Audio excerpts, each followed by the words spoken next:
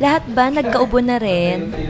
Naku, kakaiba nga panahon ngayon kung kailan simula ng taon saka naman naramdaman ng medyo pagginaw ng panahon. At dahil nga dyan, kaya halos isang linggo na rin kaming ubo ng ubo. Alam mo, sa totoo lang, na nauna talaga ako. Naawaan ko lang to asawa ko. Pero alam nyo ba, may kakaibang nangyari ng araw na to. Habang ako ay ubo ng ubo, may natanggap akong message sa isa sa mga friends ko.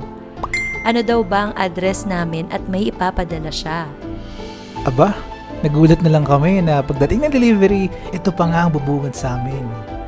Mga pomelo! Galing lang, di ba?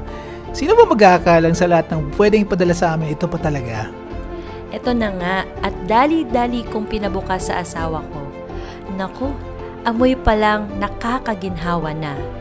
At pagtikim ko nga, talaga naman, takam na takam ako. Sa lahat yata ng pomelo na nakain ko, ito na pinakamasarap. Naalala ko tuloy si Mami na isa ito sa mga paborito niyang prutas dati. Naku, mami, di ako magtataka kung binulungan mo talaga si Lord para bigyan kami ng ganito. Maraming salamat kay Tita Remy.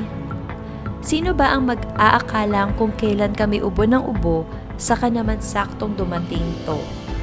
Kaya nga naman, isa lang pumapasok sa isip ko. Si Lord, alam na alam kung ano mga kailangan natin at kung kailan natin kailangan na kailangan ng mga ito. Hindi ko alam kung ano pinagdadaanan mo ngayon, pero isa lang ang alam ko. Kapit lang. Maniwala ka at may darating na pomelo ayon sa pangangailangan mo.